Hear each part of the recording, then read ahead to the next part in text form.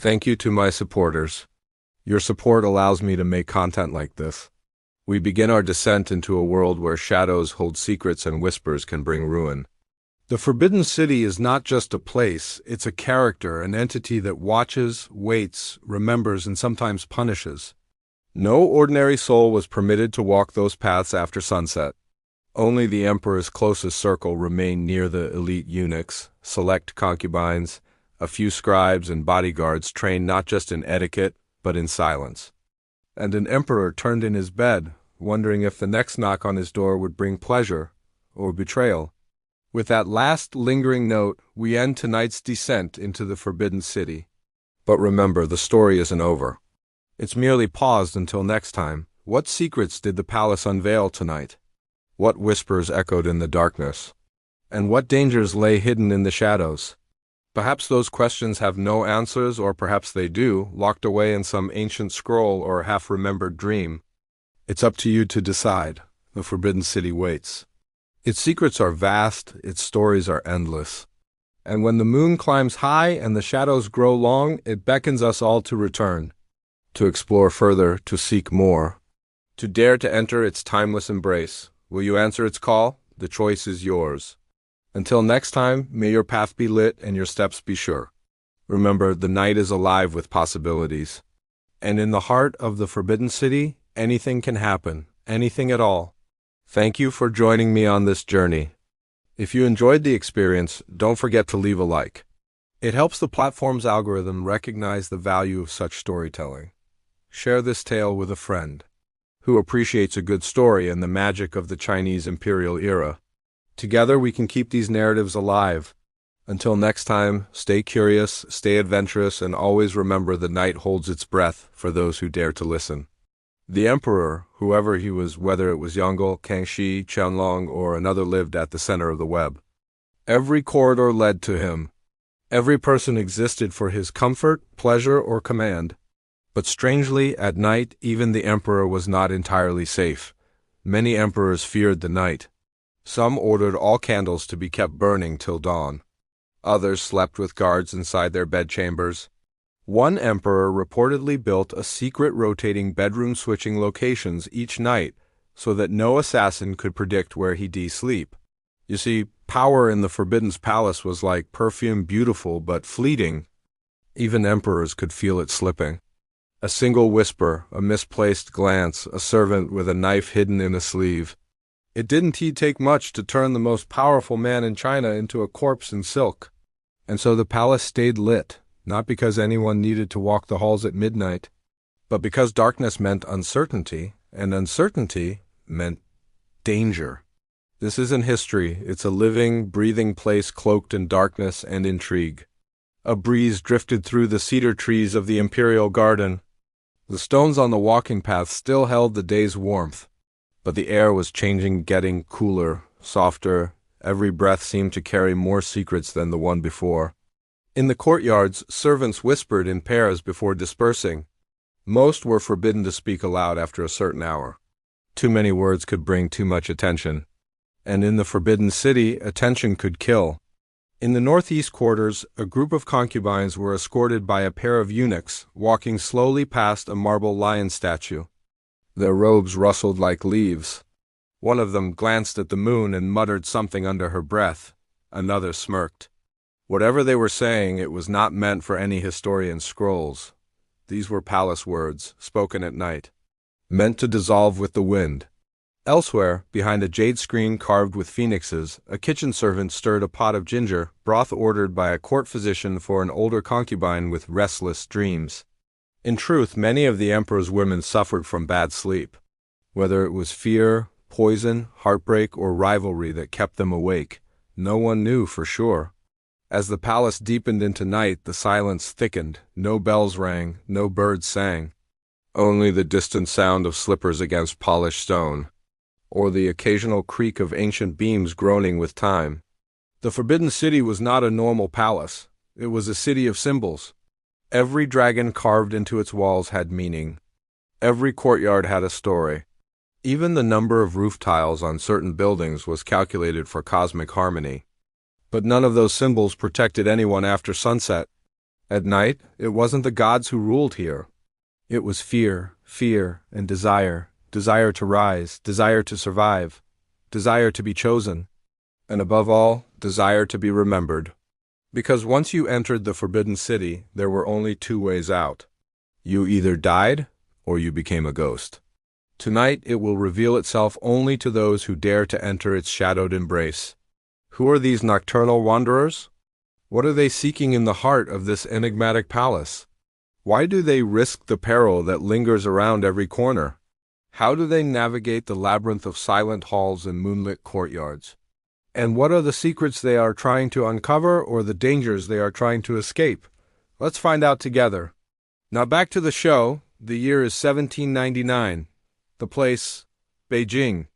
The setting, night. As the final sliver of sunlight slipped behind the crimson walls of the Forbidden City, a hush began to settle over Beijing.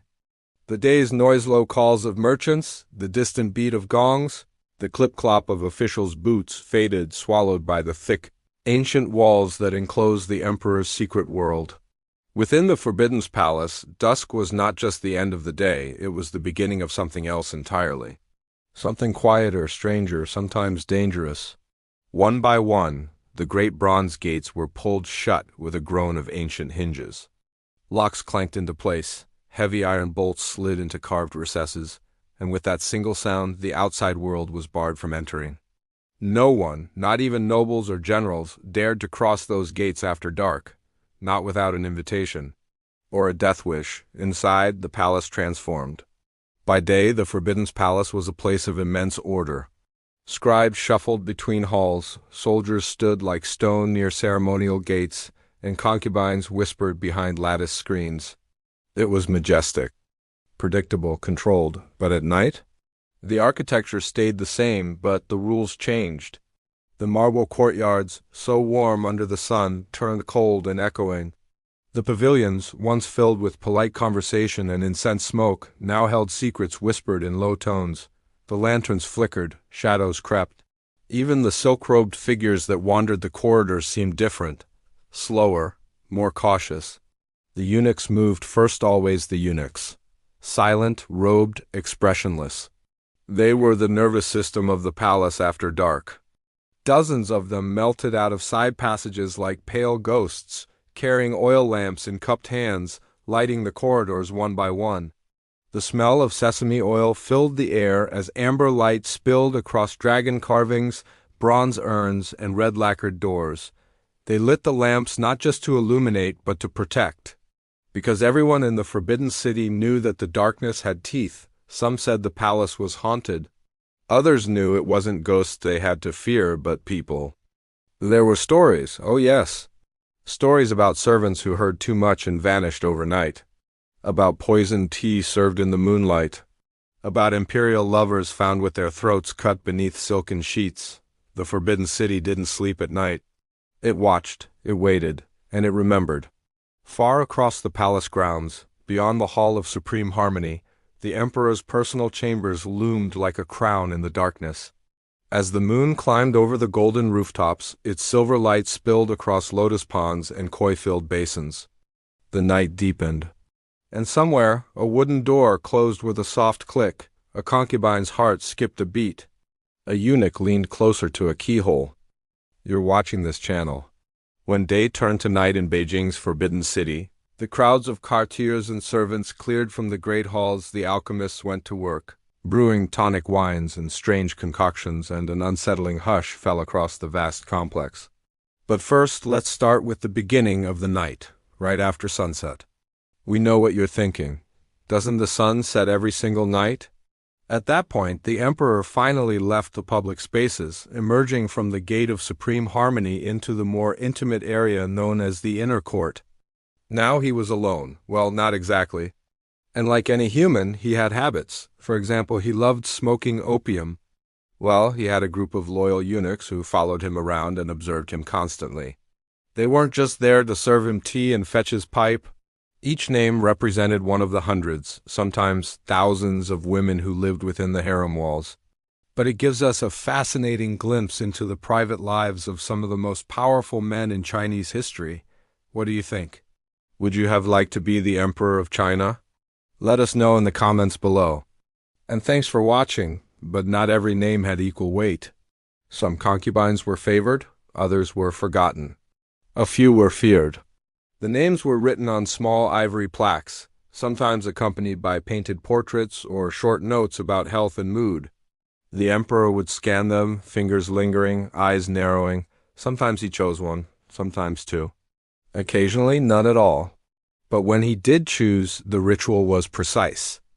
A selected concubine would be bathed again by servants, her skin powdered with crushed pearls, her hair pinned with golden ornaments shaped like phoenixes or butterflies. She was then wrapped in a ceremonial robe open at the front end, carried to the emperor's bedchamber. Yes, carried, not walked, not escorted. This was done not out of laziness or luxury, but control. The emperor had to know who entered his chamber and ensure they brought no weapons, poisons or secrets hidden beneath robes or slippers. By being carried on a special silk-covered board, she remained visibly vulnerable.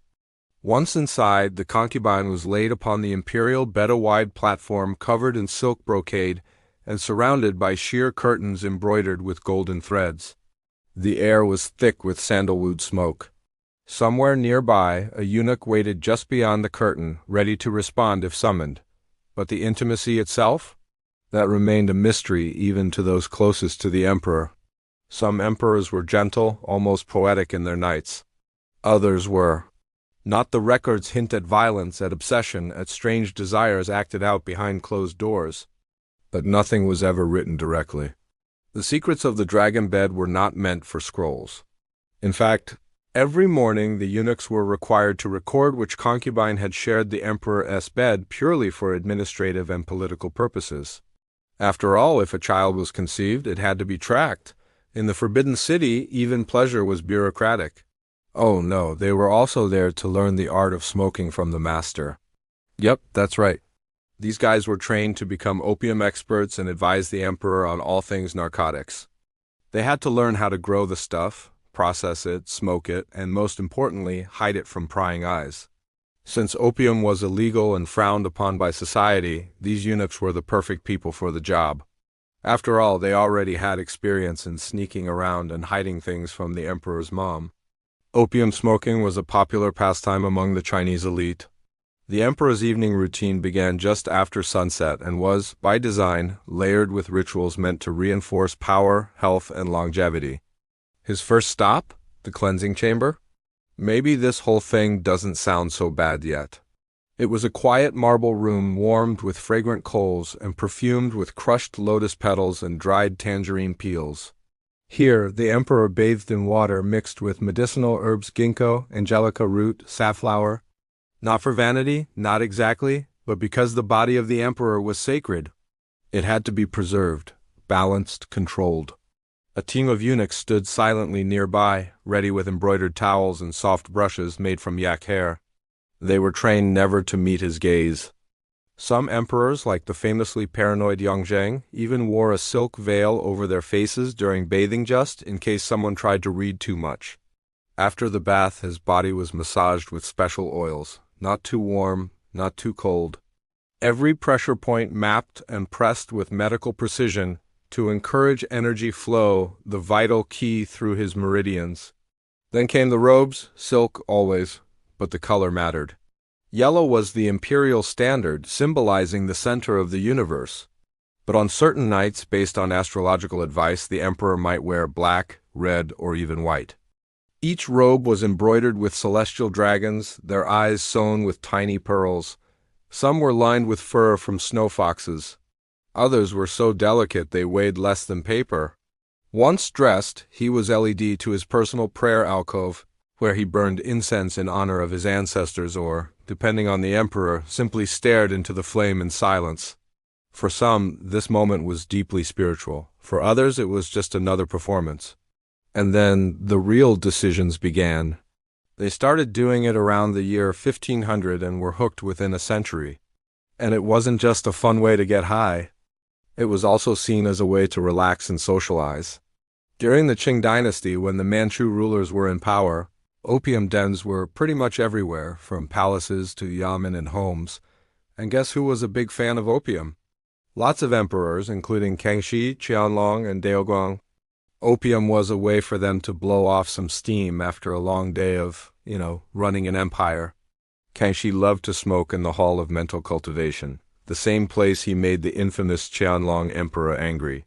It was there that he kept his stash of opium, which he'd gotten from his trip to the Middle East. He also had some fancy equipment like gold and silver pipes, a custom-made hookah, and a velvet smoking bag. Yeah, this was definitely not your average opium den. See, this was the part of the performance we mentioned earlier. The one where he shed his imperial skin like a coat and revealed the true him. But there were still witnesses. Dozens of eunuchs and maids followed him everywhere, making sure he stayed safe and comfortable. There were also advisors, secretaries, concubines, and most importantly, his mother, the Empress Dowager. She may have shared a name with the head of the household, but she was a completely different person, usually older and more powerful. Basically, think of her like your mom, except she also has guards, a separate living space, and the ability to kick you out of the house whenever she wants. But back then, people didn't have a watch or a phone to tell the time. Like, oh, look, a blooming flower, how lovely. Or, wow, the breeze is really chilly tonight, better hurry along. Except it was all carefully planned out. The route was chosen to either emphasize the emperor's connection to heaven or to symbolize good fortune and prosperity. The buildings and gardens he passed by were picked to express various virtues like harmony, balance, and peace. Even the weather was taken into account, since sunny skies showed divine favor. Cloudy days meant hard work and storms were warnings to repent. And all these little details were noted in meticulous detail in a book called the Imperial Journal, kind of like a diary written by the emperor. Except it was more like a detailed log of everything he did saw and said, plus any important events that happened while he was awake. So they relied on nature's clock. Of course, it was actually incredibly complicated to determine exactly when the sun dipped below the horizon, since they took into account things like atmospheric refraction in different latitudes. But basically they did their best. Then when the sky turned from blue to purple and the daylight faded into dimness, they knew it was time for the emperor to stop working. But that quiet was deceptive. Night in the Forbidden City wasn't just a time of stillness, it was a performance. And no one played a more carefully choreographed role than the emperor himself. We'll show you how the last emperor of China ended his days with opium and a secret concubine. And when we say working, we don't mean sitting on his bum in a chair all day. The emperor was busy moving from room to room, meeting with officials, listening to music, inspecting art, reading poetry, signing documents, and maybe having a quick nap. It was tiring work. Plus, he couldn't just collapse onto a couch and binge-watch Netflix. He had to maintain the appearance of power at all times. So he had to stop working in a very particular way. First, he had to announce his intent to the entire city. Technically, there were two ways to do this. Either the palace criers would make their rounds, beating drums and shouting, "Beat the drums, close the gates," or the emperor could issue a more formal edict, like in 1796, when Qianlong announced his intention to retire early. In that case, his scribe wrote up a rather flowery decree, which included phrases like heaven's mandate and auspicious constellations. Then he sealed the order with his personal stamp, signifying his authority. And then the message was delivered to every corner of the Forbidden City, letting everyone know their boss was off the clock. Once that happened, the gatekeepers closed the city gates, locking it down from intruders. So now the emperor is heading through the grounds, passing by gardens, courtyards, and buildings, all while keeping up the performance of spontaneity. Then, as the last scroll was signed and the last court official dismissed, he became something far more human. But we told you about the performance. Where was the audience? As soon as he stepped away from the throne and into the inner chambers, his public face dissolved and the night face emerged, the one known only to a trusted few. The emperor did not spend his nights alone. Every evening, a list of women concubines from the inner court was presented to him by the chief eunuch. Of course, this is all just speculation based on old texts and historical records.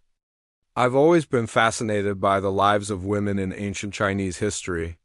Like today, we'll delve into the lives of the women living in the Forbidden City. Now imagine being a woman in this complex during the Qing dynasty where men held most positions of power.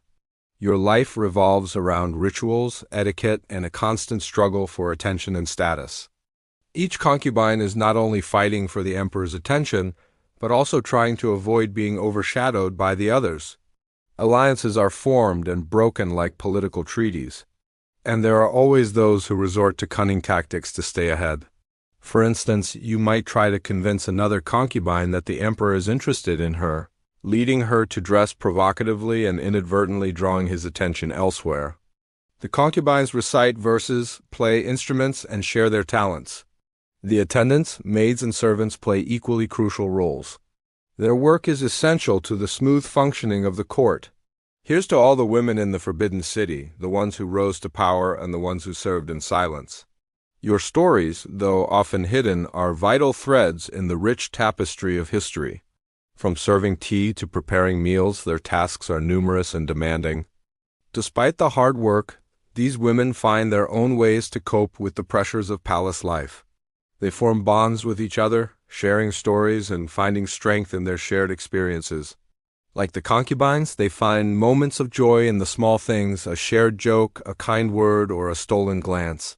These stolen moments become precious oases in their lives. The night echoes with the sound of their laughter, their voices weaving a tapestry of camaraderie and shared experiences. Then, as the night deepens, the talk turns serious. The concubines discuss the intrigues of the court, the latest gossip, and the strategies they've employed to stay in the emperor's good graces. The night is filled with whispers, nods, and knowing glances as they navigate the treacherous waters of the Forbidden City. Throughout the night, there's always a sense of unease. The fear of a sudden interruption, of a eunuch's footsteps echoing through the silent corridors, signaling the end of their freedom. When such a sound breaks the quiet, the chatter stops abruptly. The concubines freeze, their faces masks of composure. The eunuch approaches, bringing with him the promise of ritual and the dragon's call. The night's respite ends, and the game of survival begins anew. After all, in the Forbidden City, you must do what you must to survive. Picture yourself as a concubine in the Forbidden City. Life as a concubine is not easy. It was a world of strict rules and endless responsibilities. The slightest misstep could have serious consequences. However, amidst the challenges, these women found ways to thrive. They made friends, pursued hobbies, and dreamed of a better life. They were not just objects in a game of politics, but human beings trying to navigate a difficult world. These men hold significant power because they're the ones who deliver the dragon call. After the emperor retires, the concubines are free to relax, at least until the next round of rituals begins. The evenings offer a brief respite from the constant pressure to perform. By lamplight, they engage in friendly banter, sharing stories and finding comfort in each other's company. The night is their time to unwind. The concubines discuss everything. There are talks of home, of family, and of dreams that lie outside the Forbidden City walls. Occasionally, a new concubine arrives and the seasoned ones offer advice, tips on how to behave and whom to avoid. The newcomer listens intently, taking notes on the unwritten rules of the Forbidden City. They're responsible for informing the concubines when they're summoned by the emperor, and they have the authority to make sure the concubine looks her best for the occasion. Sometimes a eunuch might ask for a small gift in exchange for ensuring the emperor chooses a particular concubine. However, it's important to remember that eunuchs aren't the only important figures. The empress holds immense power. If she likes you, you've gained a powerful ally. But if she dislikes you, your chances of winning the emperor's favor diminish greatly. The empress can influence the emperor's decisions and ensure you remain unnoticed. So you must always tread carefully, ensuring you don't cross paths with the empress or say anything that might draw her ire. You constantly walk on eggshells, aware that your position can change on a whim. A small mistake or a jealous rival could send you down a notch or two, yet there is also the allure of possibility. Concubines have the chance to climb the social ladder. If the emperor favors you, you might move into a better residence, get more servants, or even gain influence over court matters. For example, the birth of a son could elevate a concubine to the rank of a regular wife, and give her children access to greater privileges. That's why every concubine hopes for the emperor's favor, and the risk of losing that favor keeps everyone on edge. This video is based on an original story inspired by actual historical events. They are unallowed to leave the inner court unless it has to give birth or, in rare cases, to visit the empress. Days are filled with rituals. You wake up early, dress in fine clothes, put on makeup, and spend time doing calligraphy, playing chess, or practicing music. Every concubine wants to excel in the arts and attract the emperor's attention. Imagine walking through the palace gardens, the air filled with the scent of flowers and the sound of birds. Suddenly you hear the imperial dragon's call.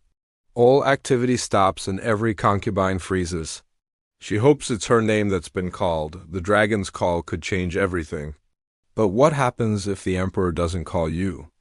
Concubines often have to deal with loneliness. For some, years pass without the emperor's notice. They find solace in forming bonds with other concubines, sharing stories and dreams in hushed tones.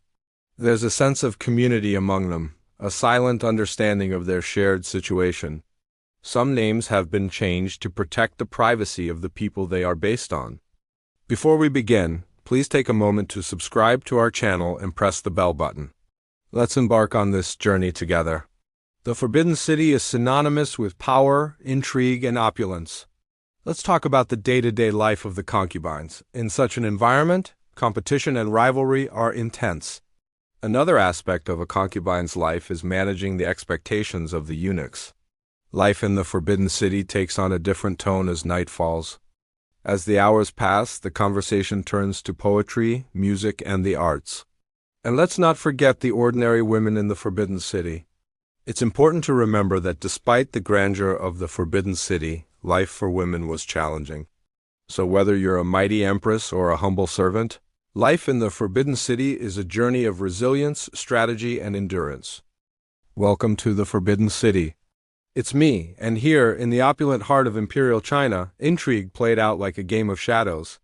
If the emperor was the sun and the concubines were the stars, then the eunuchs were the shadows always present, always watching, never fully understood. The emperors, too, have been mythologized for centuries, but who were the eunuchs? What was life like for these men within the most lavish prison in the world? Now, the stories of the women who walked these courtyards are many. By night, their presence in the Forbidden City became even more pronounced. While others slept or pretended to, the eunuchs were wide awake, gliding silently through corridors, unlocking doors, delivering scrolls, attending to whispers. They served food and wine, delivered messages, recorded births and deaths. Those who served the emperor directly were given white, the color of purity. Others were assigned to receiving halls where they welcomed guests and presented treasures to visiting dignitaries. A concubine's value depended partly on her ability to produce heirs, and the eunuchs helped make that happen. They monitored menstrual cycles, massaged tired limbs, heated the imperial bed, served as intermediaries between the emperor and the women he favored. But eunuchs were human, capable of kindness, cruelty, bravery, despair. They collected secrets like coins. They knew which concubines cried after dark, which guards fell asleep at their posts. When girls arrived from across China, hoping to catch the emperor's eye, they were inspected thoroughly by him. The eunuchs had no creative input, no chance to leave the palace, no personal lives. As the night deepened, the eunuchs returned to their quiet patrols. Oil lamps were checked, scrolls collected, footsteps traced the same ancient routes through moonlit halls. They moved with purpose, with discipline, with caution, because they knew the truth.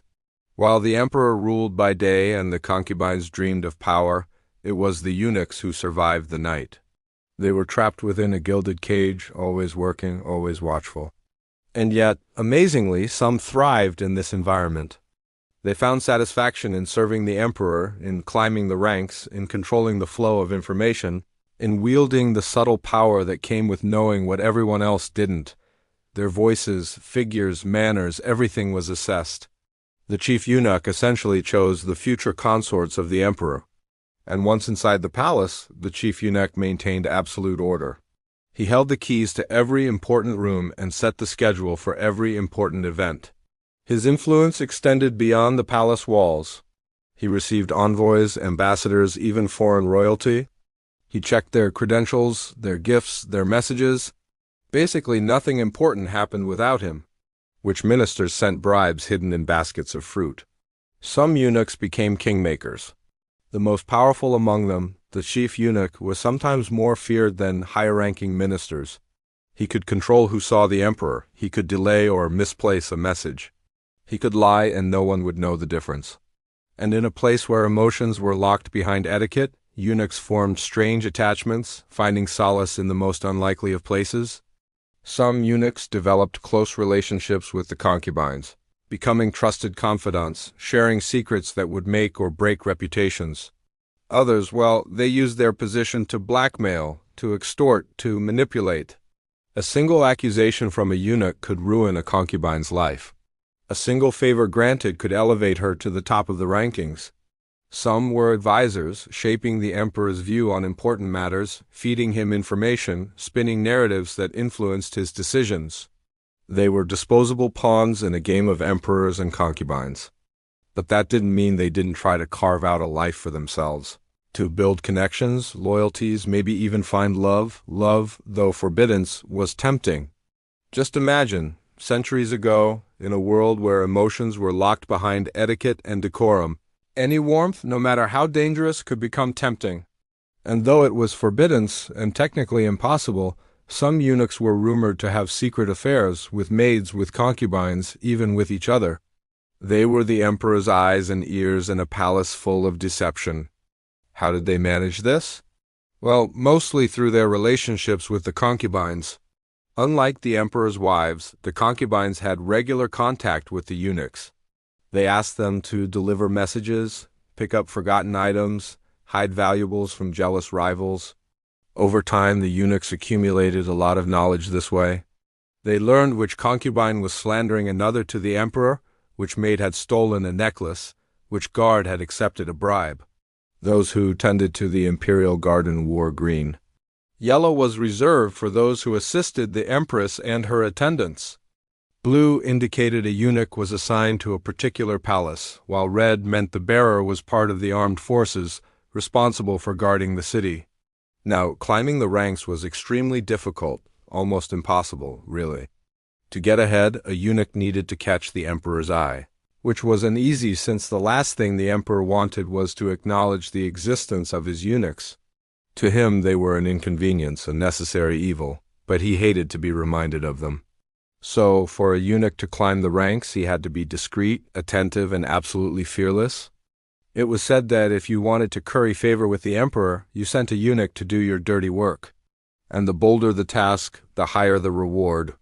When a concubine gave birth, the eunuch would be the first to write the imperial decree announcing the good news. They also announced banishments and executions, summoning people to the Hall of Heavenly Purity, the seat of imperial justice. This duty fell to the executioner, a particularly dreaded assignment, because if the condemned was a favorite of the emperor, the job of escorting them to their doom was more than just a physical journey. It was an emotional tightrope walk for the eunuch. He had to show no mercy, no fear, no emotion. But he also had to avoid angering the condemned lest they curse the emperor in their final moments. For if a curse reached the throne, it could carry great weight.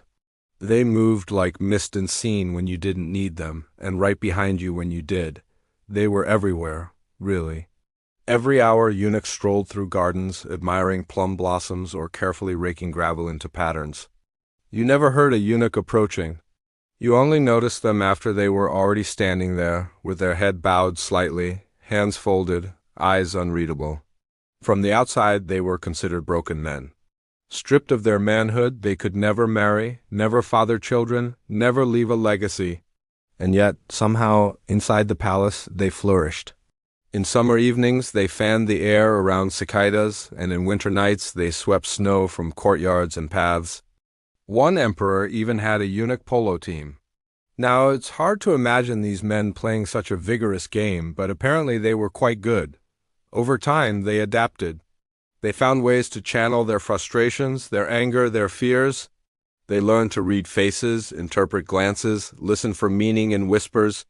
They mastered the art of timing, knowing when to speak and when to stay silent. They became oracles of the court, reading the emperor's moods, anticipating his needs, understanding the delicate balance of power that shifted with every sunrise. Sometimes they stood guard, flanking officials as they entered the emperor's presence. Other times they paced beside the emperor during his morning constitutional, walking backwards so they could see his face. Once inside the palace walls, however, they were free to roam wherever they pleased, and they made use of this privilege. All eunuchs wore simple robes, usually in dark hues, grays, browns, deep blue, and soft-soled shoes that never echoed on the stone floors. Some were literate. Some could recite poetry. Some were skilled in medicine, calligraphy, gardening, sports. Eunuchs served many roles, but ultimately they were all servants. The eunuchs were divided into different ranks. Each had a different colored badge to identify them. And not all eunuchs served the emperor directly. Many worked in the kitchens, preparing exotic dishes from across China. But eunuchs were also intimately involved in the business of sex. In the Forbidden City, everyone expected it. It was an essential part of courtly life. And yet, for all their knowledge, eunuchs were expendable. Of course, rumors abounded about the concubines and their wiles, but the eunuchs, they were largely ignored, seen as broken, incomplete men. By night, their power grew even more unsettling. When the palace grew quiet and eyes turned away, the eunuchs stayed active. The chief eunuch was crucial during the selection process, too. Now, it wasn't all power, of course. Much of the time it was tedious work. For them, this was home. And in a way, they were lucky. Thank you for watching. The Forbidden City was a world of elaborate ritual, of silk and silver and painted ceilings reaching for the sky. But when the sun vanished and shadows swallowed the crimson walls, it belonged to another world entirely, a world of unseen forces, of whispers that never reached daylight, of footsteps that vanished before they could be traced. Rumors suggested they were taken as sacrifices, appeasement to the unseen powers that ruled the night. This deep, dark pit was shrouded in mystery. It was said that every full moon, ghostly figures emerged from its depths, and let me tell you, as someone who studies history professionally, I am generally skeptical of anything that can't be backed up with solid evidence. I mean, just think of all the power struggles, poisonings, rebellions, and assassinations that have occurred throughout history. Let's take the Roman Empire, for example. What do we remember about it today? The grandeur, the art, the engineering. They give us a complete picture of the past and help us understand how we got where we are today. You hear footsteps behind you, heavy and uneven. Your heart pounds in your chest, not from fear, but from morbid curiosity. It was also a game played by the powerful. By controlling information, they maintained their grip on the population. When word spread that an emperor had met an untimely demise, the rumor mill churned. Was it suicide? A freak accident? They whispered from the rafters, weaving a tapestry of intrigue and deception. Click on the card on screen now and dive into a world where secrets shape empires and where the truth is often buried beneath layers of deceit. The Forbidden City may hold more secrets than we'll ever know, but one thing is certain. It's a place where the boundaries between reality and illusion are as fragile as a whisper in the wind. And as you wander through these magnificent chambers, you can almost hear the echoes of their voices, carried on the wind like fallen leaves. They tell tales of love and loss, of ambition and betrayal, of lives lived and lost within these very walls. Or did the wily ministers orchestrate a slow poison plot? With the real story buried under layers of deceit, fear festered. People blamed ghosts, curses, even malevolent deities. And when the public grappled with superstitions, the elite had time to pursue their real interests. Who is this person? What do they want? The fear is primal, instinctive. Here, the slightest whisper could echo with dire consequences. If a servant accidentally upset a minister, they might find themselves banished from the palace walls without so much as a backward glance. If a concubine caught the emperor's eye, her past, her family, her hopes and dreams ceased to matter. She was molded into a vessel of imperial pleasure, her life reduced to a cycle of rituals and expectations. Yet the curiosity is equally powerful. Humans are like that. We love a good mystery. We crave stories of the unknown, even if they send shivers down our spines. After all, how can we learn from the mistakes of the past if we do and know what those mistakes are? I guess what I am trying to say is that while we should definitely be respectful of different cultures and beliefs, we shouldn't blindly accept everything we're told. We need to dig deeper, question things, and form our own opinions based on the evidence. After all, isn't that what it means to be truly enlightened? But what do we know about the corrupt leaders, the betrayals, and the famines? Those aren't exactly stories that make Rome look glorious. Now consider the ancient Egyptians. We marvel at their pyramids and their gods, but what about the diseases and the exploitation that plagued their society? These are the uncomfortable truths that rulers have wanted to hide for thousands of years. I don't think it's too much of a stretch to imagine that those in charge might want to keep those stories under wraps. And let's be honest, how many times has someone tried to hide their mistakes by covering up evidence or destroying documents? We all know that people are capable of doing that, so why not those with more resources and power? It's human nature, really. However, what I have learned over the years is that even in the most rational and seemingly enlightened age, people are capable of some truly horrifying acts. And the concept of erasing someone or something from history, it's not as far-fetched as you might think. And wandered through the palace, seeking retribution for being forgotten. As dusk fell, servants hurried along the paths, eyes darting towards the well. It was forbidden to speak its name aloud, for to utter those 3 words would summon its spirits. Even breathing the name was rumored to invite misfortune.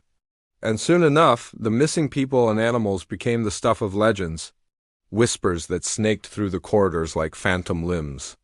Stories that clung to the palace walls as ivy clings to ancient stone. Some spoke of hidden tunnels beneath the palace, of secret societies operating in the dead of night, of impossible escape routes and doppelgangers waiting in the shadows. Others claimed that the palace itself was cursed, that the very stones drank the life force from those who entered, leaving their souls trapped forever within. For this was a city ruled by more than just emperors and empresses. It was haunted by the living and the dead. And beneath its opulent skin, it pulsed with terror.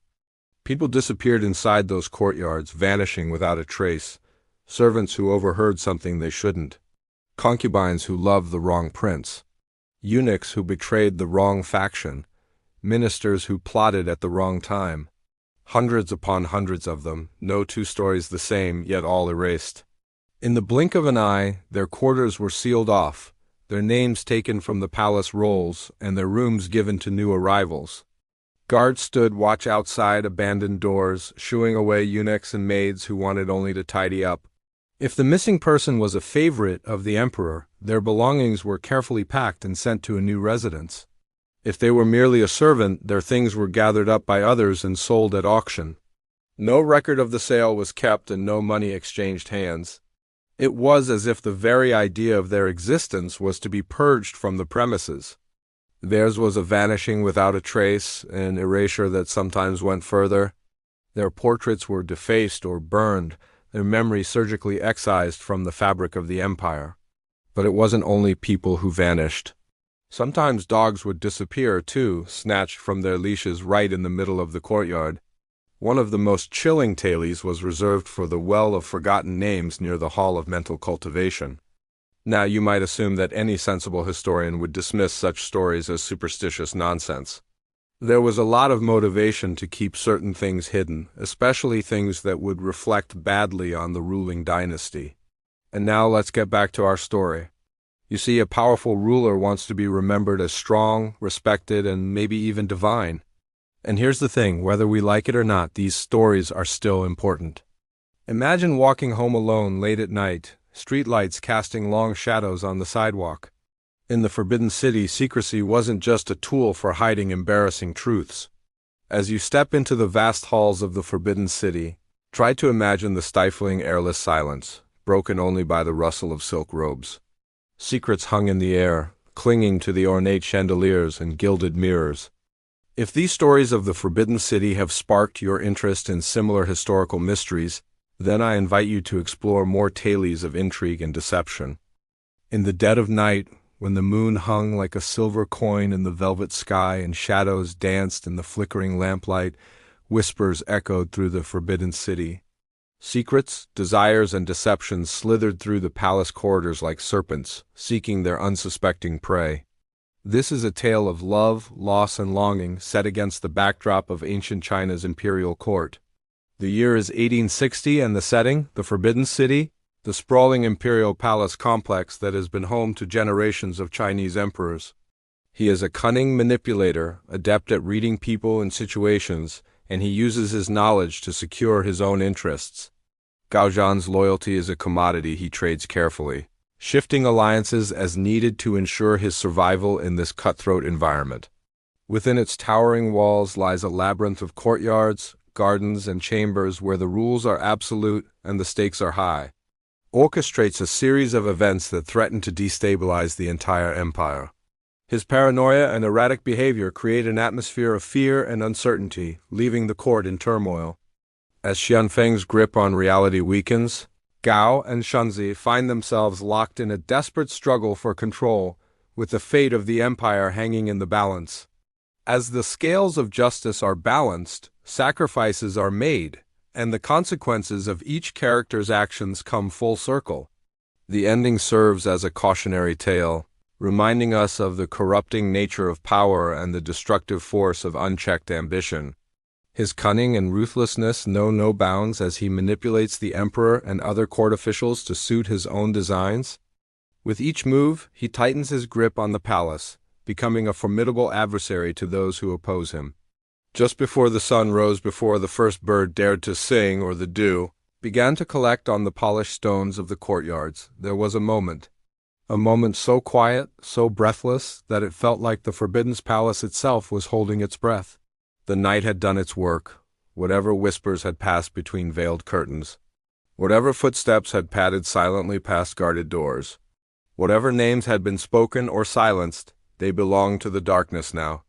But as the sky turned from deep indigo to pale gray, the city began to shift once again, and the world of appearances returned.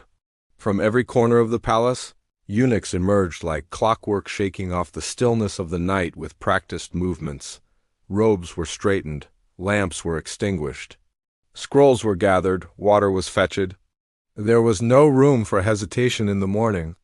The palace had to look exactly as it always did, perfect, polished, eternal. The emperor, whoever he was that year, was stirred gently from sleep, not too suddenly, never too harshly. A eunuch whispered near his ear, the words soft and rehearsed. "The Son of Heaven awakens. The world awaits your gaze." But few emperors ever greeted the dawn with joy. Some awoke with headaches from wine or incense. Others with sore limbs, having slept on a silk mat too cold or a bed too large. Still others blinked at the ceiling, their minds thick with dreams they would never speak aloud, dreams of faceless visitors, of forgotten lovers, of whispered betrayals that left a bad taste on their tongue. The emperor's morning routine began with washing water warmed by servants at the first light. Then came the mirror ritual, a silent inspection of the face. Did it reveal age, weakness, fear? The emperor must never let anyone see those things. As the ceremonial robe was draped across his shoulders, embroidered with dragons dancing among clouds, he became once again the Son of Heaven, not a man, but a symbol. But symbols can carry wounds. And though his posture was perfect and his eyes calm, only he knew what had passed in the dark. Elsewhere in the inner court, the concubines stirred as well. Some with relief, others with regret, a few with smiles they couldn't quite explain. Those who had been summoned the night before were examined by the chief eunuchs. Notes were made in imperial logs. Subtle inquiries were whispered. How was the emperor's mood? Did he speak of anything unusual? Did he eat all his rice? These details, trivial to outsiders, were currency within the palace. For those women not summoned, the morning was routine. Powder was refreshed, embroidery resumed. Letters were written with careful calligraphy, though they would never be sent. Life continued, as it always did, but there were always traces. The slight tear in a curtain that hadn't been there before. The smudge of soot on a eunuch's sleeve. A perfume lingering in a corridor it shouldn't, A single lotus petal drifting in the koi pond, stained with something dark and unidentifiable. Things happened at night, things that didn't belong to the daylight. Things that weren't written in the imperial record. A maid might not return from her late assignment. A scroll might go missing. A letter might be burned before anyone could read it. A chamber might be locked suddenly, for repairs. No one asked why, because asking was dangerous. In the Forbidden City, silence wasn't just safety, it was survival. Even the guards, who spent the night staring into darkness, rarely spoke of what they saw. They simply bowed their heads at sunrise, turned over their watch, and disappeared into their dormitories. One emperor, perhaps it was Qianlong, once asked a veteran guard, "What happens here at night that you never speak of?" The man answered, "Only what your majesty permits." And that was enough. The emperor smiled, and never asked again. By mid-morning, the great bronze gates creaked open. Couriers arrived. Ministers assembled. The day's rituals resumed. The public face of the empire was polished and paraded before the heavens. But beneath the silk and ceremony, the truth slept, tucked away in the folds of robes, hidden in the glances between concubines, buried in the ashes of a burnt letter. The Forbidden Palace never told its whole story, not to its historians, not to its architects, not even to its emperors, because its real story lived in the quiet hours, in the rooms that smelled of tears and sandalwood, in the secrets carried by the eunuchs, in the dreams of women who knew they might never see the sky again, and most of all, in the darkness that always returned. Night would fall again. The gates would close, the lanterns would flicker, and somewhere, behind a carved dragon door, a voice would whisper, "Who's there?" But no one would answer. Because in the Forbidden City, the night doesn't speak, it remembers. Here, power is a game of intricate moves where a misstep can lead to ruin. Despite his lofty status, he is a troubled soul, haunted by doubts and fears that gnaw at his sanity.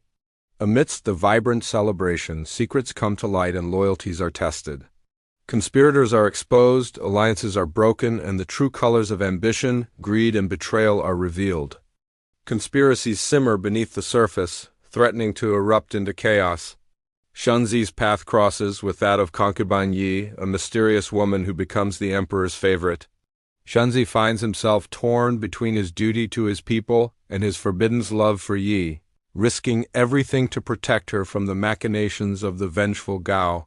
Shanfeng's deteriorating mental state and debilitating opium addiction make him increasingly erratic, leading to disastrous consequences for himself and his empire.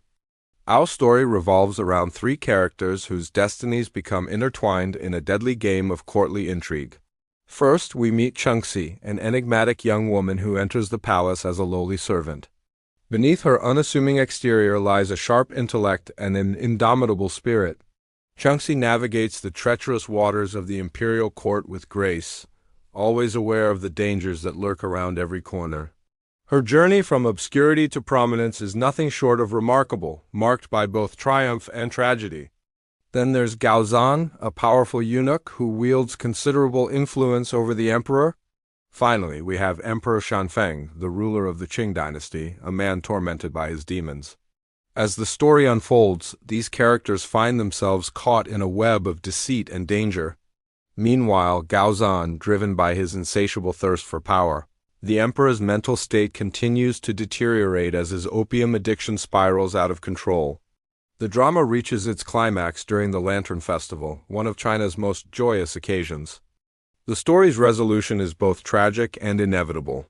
For while the lanterns may illuminate the night, they also cast long shadows, revealing the darkness that lurks within the human heart. Now, let's dive into the intricate world of the Forbidden City.